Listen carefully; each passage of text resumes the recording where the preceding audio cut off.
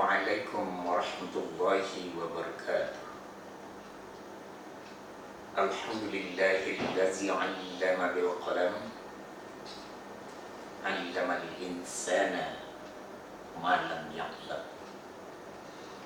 Asyhadu an la ilaha illallah wahdahu la syarika lah wa asyhadu anna Muhammadan 'abduhu wa rasuluh sallallahu alaihi wasallam la nabiyya ba'da. Qala Allah ta'ala fil Qur'anil 'azim. A'udzu billahi minasy syaithanir rajim. Bismillahirrahmanirrahim. Wa la takunu kallati naqadat ghaslaha min ba'di quwwatin ankasa. Ila akhirih. Shadaqallahul 'azim. Saliman puja dan syukur selalu kita ucapkan pada Allah Subhanahu wa Ta'ala yang senantiasa limpahkan rahmat dan nikmat-Nya kepada kita, sehingga dengan rahmat dan nikmat itu kita bisa melakukan berbagai macam aktivitas. Tentu aktivitas itu kita tujukan, kita abdikan semuanya hanya semata-mata lillahi ta'ala.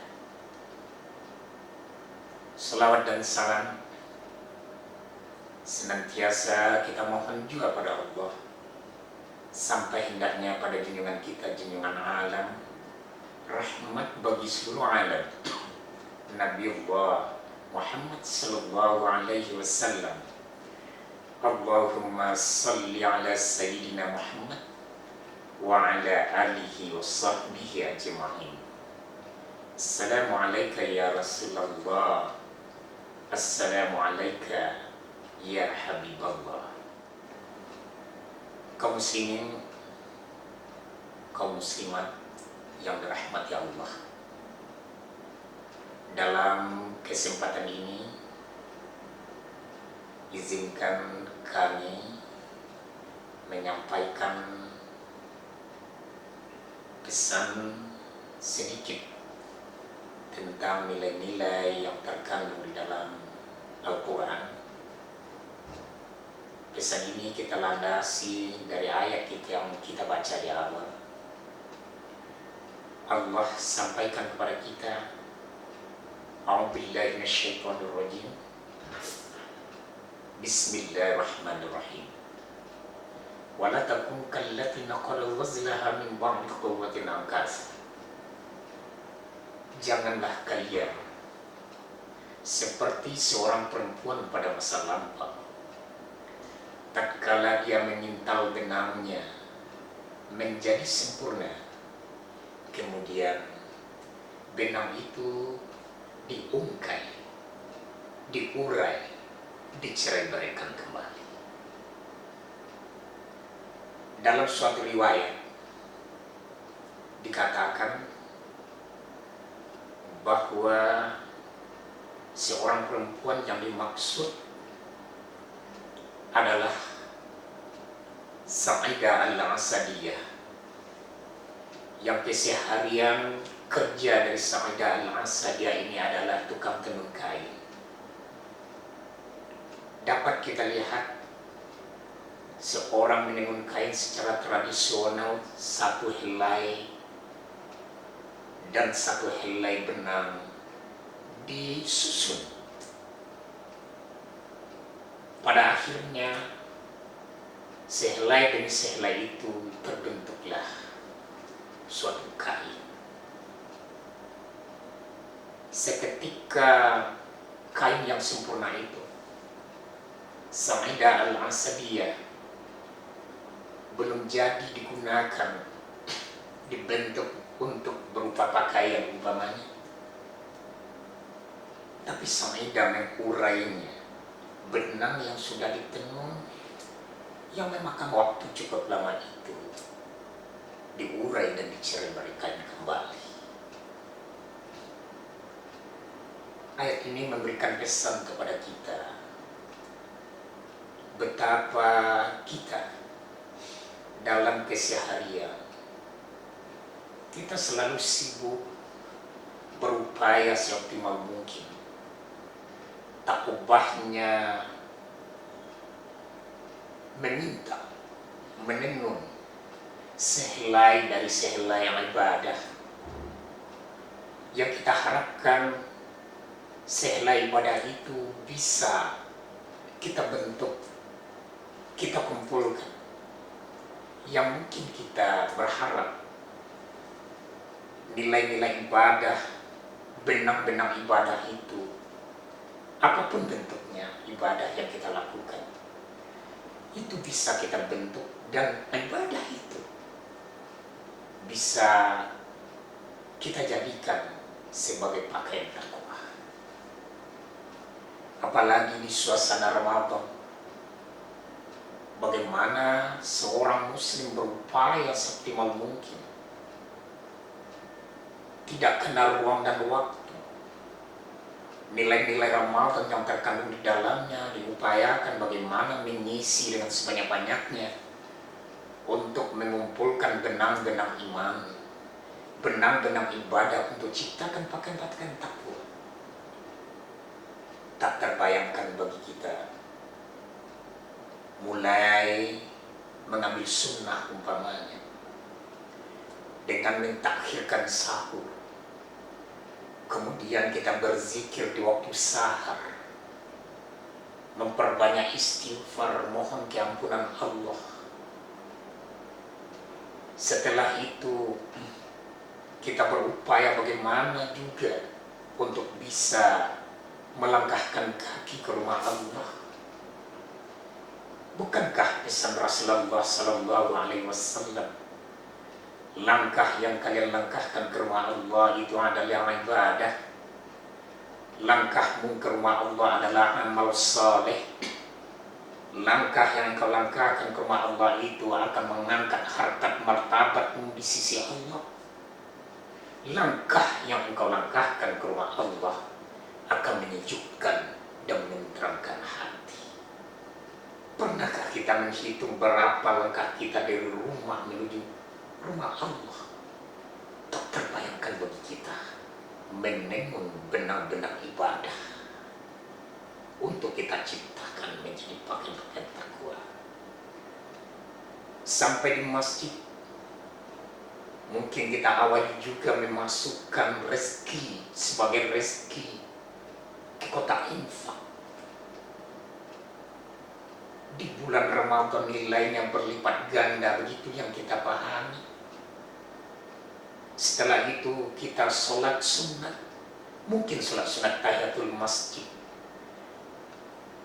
Kemudian kita sholat sunat fajar, diikuti dengan sholat subuh berjamaah. Luar biasa.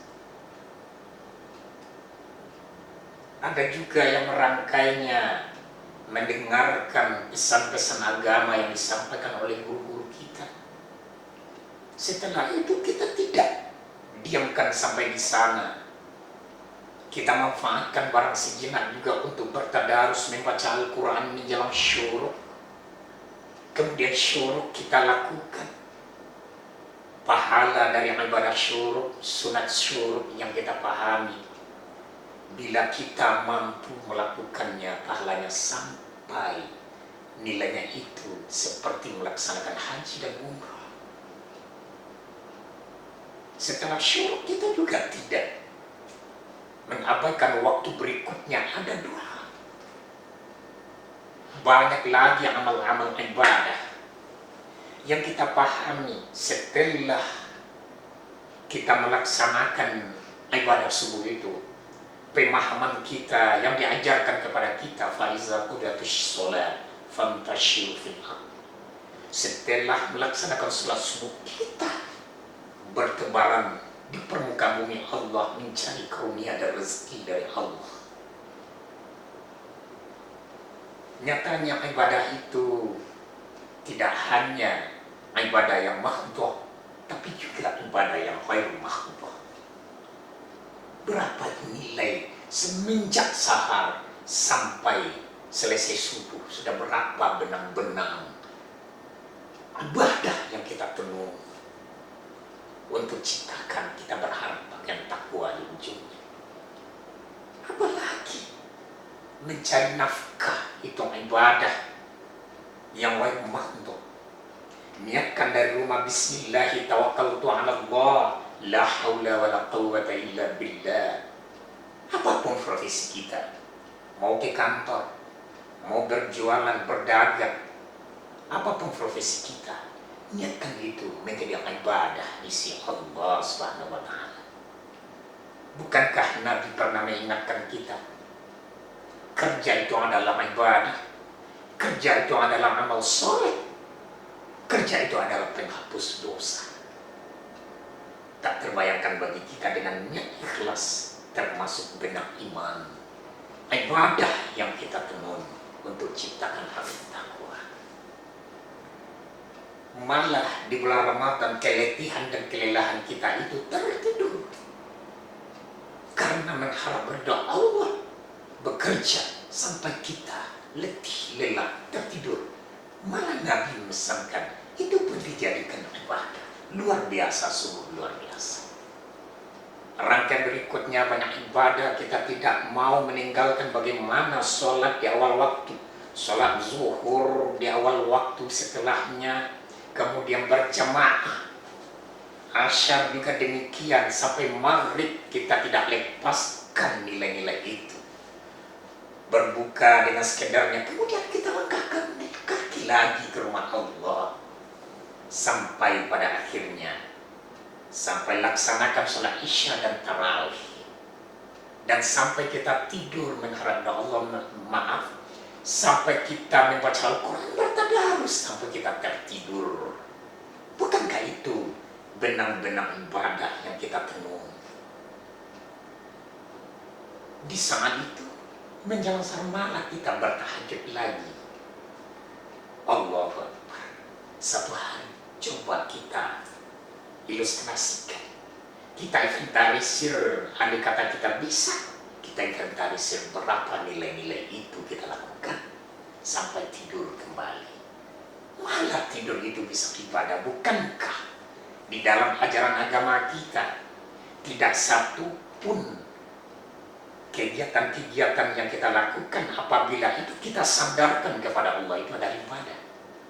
Membuka sandal, memasang sandal, bagaimana adabnya itu bisa kita jadikan ibadah.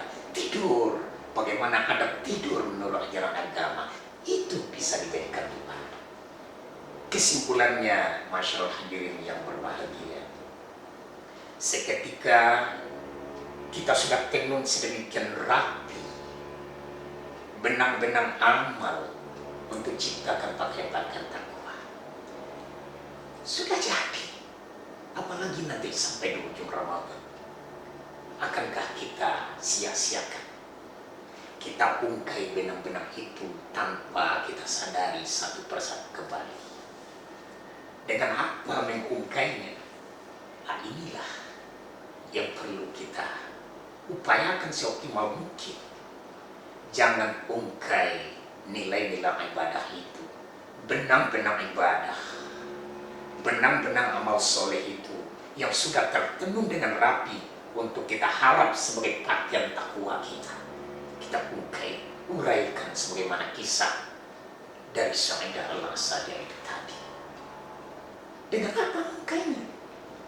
Nah, disinilah dalam keseharian kita kadang-kadang kita sadar, dalam keseharian kita kadang-kadang kita mungkin tidak menyadari, mengungkainya mungkin dengan dosa-dosa. Tentu dengan dosa-dosa baik kecil maupun besar.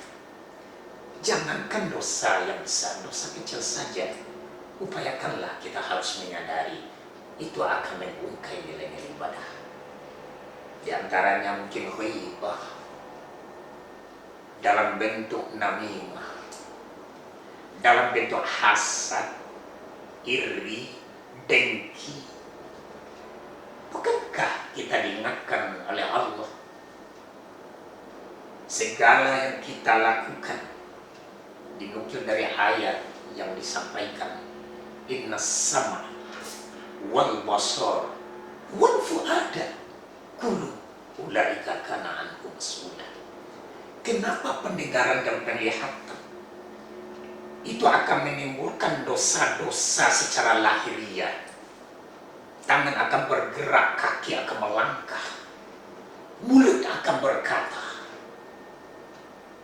Ini bagian nanti yang akan kita pertanggungjawabkan. Apa yang kita dengar, apa yang kita lihat, apa yang kita katakan, itu kan bisa, bila itu melanggar ketentuan Allah dan Rasul, itu akan diminta pertanggungjawaban nanti. Dan hal yang demikian juga akan mengungkap nilai-nilai ibadah, benang-benang ibadah yang kita katakan. Tidak hanya itu, wal fuad, apa yang terbetik di dalam hati kecil kita tidak kita ungkapkan. Seketika ada kesan kita zon, suuzon, ya ayyuhallazina amanu jtanibu katsiran minaz-zanni inna ba'daz-zanni ism. Dugaan-dugaan. Entah iya orang seperti itu, entah tidak. Dugaan seseorang kepada yang lain, zon yang suuzon, itu akan mengakibatkan nilai-nilai yang kita susah menentunya tadi. Itu kita ungkap, kita urai satu persatu. Nah, inilah barangkali yang perlu kita pahami. Seketika kita rajin beribadah di satu sisi, di sisi lain kita ungkai dengan hal-hal yang mungkin sifatnya melalui pandangan mata, melalui pendengaran, melalui perkataan, melalui perbuatan, dan bahkan melalui hati sekalipun. Apalagi yang besar-besar. Seketika kita katakan berbuat ini, berbuat itu, korupsi umpamanya, bagaimana orang lain yang tidak mengetahui? Nah, di sinilah tentu kita sebagai orang yang memahami secara utuh nilai-nilai ini, kita akan pelihara. Orang lain memang tidak kelihatan, tidak melihat, tetapi bagaimana dengan Allah? Sebagaimana kisah yang pernah kita dengar, yang populer kita dengar, seorang anak gembala yang didatangi oleh Umar bin Khattab radhiyallahu anhu. Seketika itu Umar memancing anak ini, sejauh mana keberadaan keimanan seorang anak di pelosok sana. Dia Umar meminta, maukah kamu saya beli 1 ekor dombamu ini? Apa kata anak ini? Ini bukan punya saya, Tuhan. Ini punya majikan saya. Ribuan domba. Majikan kamu kan tidak mengetahui. Majikan kamu kan jauh di sana. Dia tidak mengetahui 1 ekor saya beli kepadamu. Tidak. Ini amanah yang diamanahkan kepada saya. Lantas, apa kata anak gembala ini? Majikan saya tidak lihat.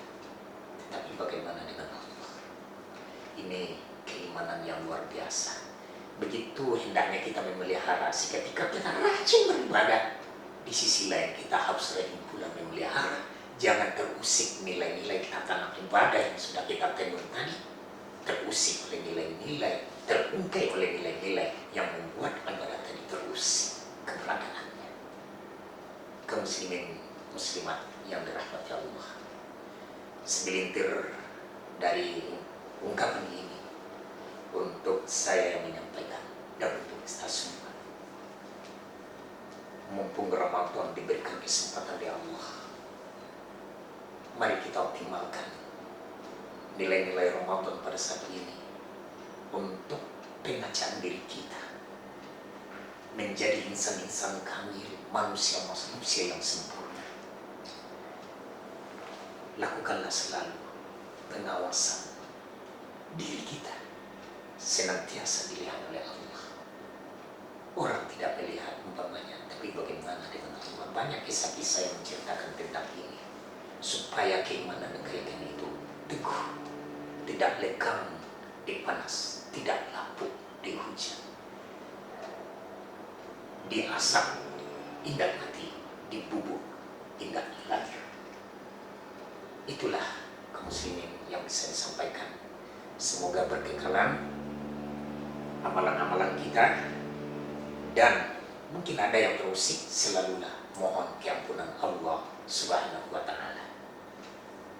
Billahi taufiq wal hidayah, wa'af'ani minkum, wallahu muwaffiq ila aqwamit thoriq. Wassalamualaikum warahmatullahi